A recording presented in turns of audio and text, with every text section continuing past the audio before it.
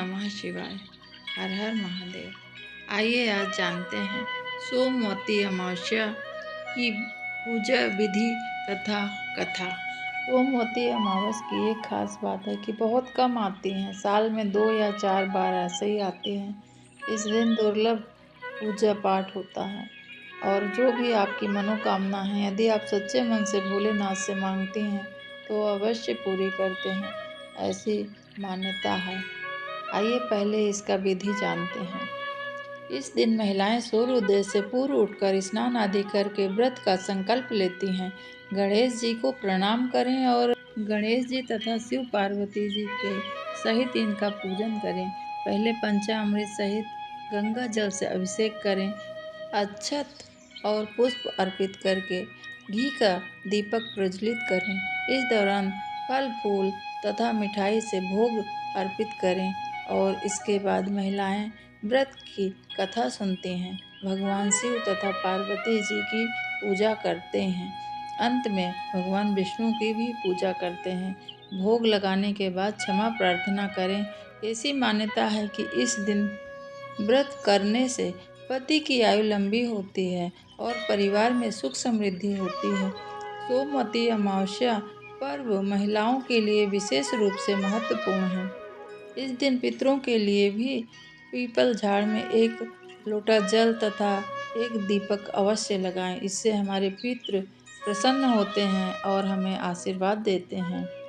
आइए अब जानते हैं सोमवती अमावस्या की कथा। एक गरीब ब्राह्मण परिवार था। उस परिवार में पति पत्नी के अलावा उसके एक पुत्री थी।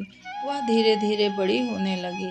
उस पुत्री के समय जब विवाह के निकट आया, तब स्त्री योचित गुणों का विकास होने लगा तथा वह लड़की बड़ी सुंदर और संस्कारवान थी एवं सभी गुणों से संपन्न थी, किंतु गरीब होने के कारण उसका विवाह नहीं हो पा रहा था। एक दिन उस ब्राह्मण के घर एक साधु महाराज पधारे। वे उस कन्या को देखकर काफी प्रसन्न हुए। कन्या की लंबी आयु का आशीर्वाद देते हुए कहा साधु ने कि इस कन्या के हथेली में विवाह का योग्य नहीं है। तब ब्राह्मण दंपति ने साधु से उपाय पूछा, कन्या ऐसा क्या करे कि उसका विवाह हो जाए। तब साधु ने कुछ देर विचार करने के बाद अपनी अंतर्दृष्टि से ध्यान करके बताया कि कुछ दूरी पर एक गांव है। सोना नाम की एक धोबन रहती है और वो अपने बेटे बहू के साथ है, जो बहुत ही आचार विचार और संस्कार संपन्न तथा पतिपरायण है। यदि यह कन्या उसकी सेवा करे और वह महिला इसकी शादी में अपने मांग का सिंदूर लगा दे, इसके बाद इस कन्या का विवाह हो तो इस कन्या का दुर्भाग्य मिट जाएगा। साधु ने यह बात भी बताई कि वह महिला किसी के घर नहीं आती जाती। यह बात सुनकर ब्राह्मणी ने अपनी बेटी से धोबिन के सेवा के लिए कहा तो वो भी मान गई तथा कन्या प्रातः काल उठकर वह सोना के धोबिन के घर जाकर साफ सफाई करके अन्य सारे कार्य करके वापस आ जाती। तब एक दिन धोबिन सोना अपनी बहू से पूछती है कि तुम सुबह ही उठकर सारी काम कर लेती हो, पता भी नहीं चलता बहू। तब बहू ने बोला कि ये माँ जी, मैंने तो कुछ भी नहीं किया, मुझे लगा कि आपने सारा काम खुद ही खत्म कर लेती हैं, मैं तो देर से उठती हूँ। इस पर दोनों सास बहू निगरानी रखने लगे, कौन है जो सुबह ही घर का सारा काम करके चला जाता है।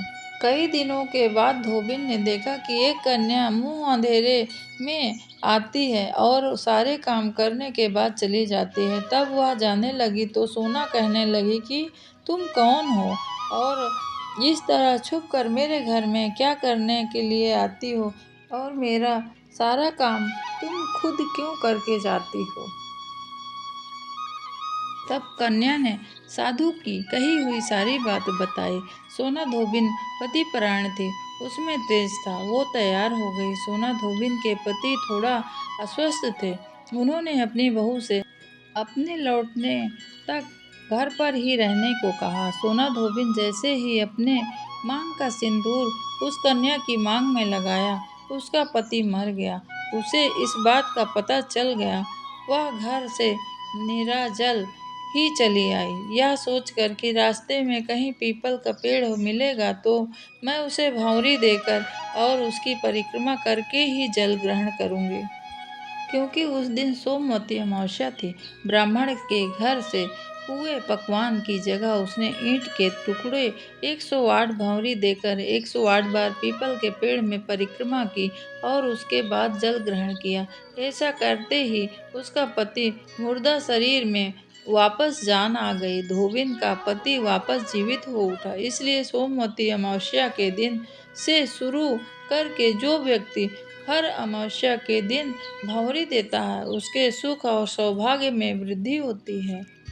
पीपल के पेड़ में सभी देवताओं का वास होता है, अतः जो व्यक्ति हर अमावस्या को न करके वह सोमवार के अमावस्या को भी 108 वस्तुओं को भंवरी देकर सोना धोबिन की तरह गौरी गणेश का पूजन करता है, उसे अखंड सौभाग्य की प्राप्ति होती है। ऐसा शास्त्रों में लिखा है। सोमवती अमावस्या के दिन नदी में या गंगा जी में स्नान का विशेष महत्व है। इस दिन स्नान करने के साथ साथ दान पुण्य का बहुत महत्व है। आप ज़रूर एक सीधा निकालिए, किसी गरीब को जो ज़रूरतमंद है उनकी इस दिन ज़रूर सहायता करिए तथा गाय को चारा खिलाइए। किसी भी अमावस्या के दिन कभी कोई पेड़ नहीं तोड़ना चाहिए, ना ही कोई फूल फल तोड़ना चाहिए। इस दिन कोई भी वस्तु का तोड़ नहीं करना चाहिए, ना ही किसी के घर का अन्न खाना चाहिए। इस दिन जितना दान पुण्य कर सकते हैं वह कीजिए, क्योंकि आपके पितरों के लिए यह दिन ही बनाया गया है। अमावस्या के दिन ही पितरों को दान पुण्य जो भी आप किसी को करते हैं तो वह सब पितरों को मिलता है। इस दिन शाम को भी पीपल के वृक्ष में एक दीपक घी का अवश्य लगाइए तथा सभी को ऐसा करने की सलाह दीजिए ताकि सभी का कल्याण हो।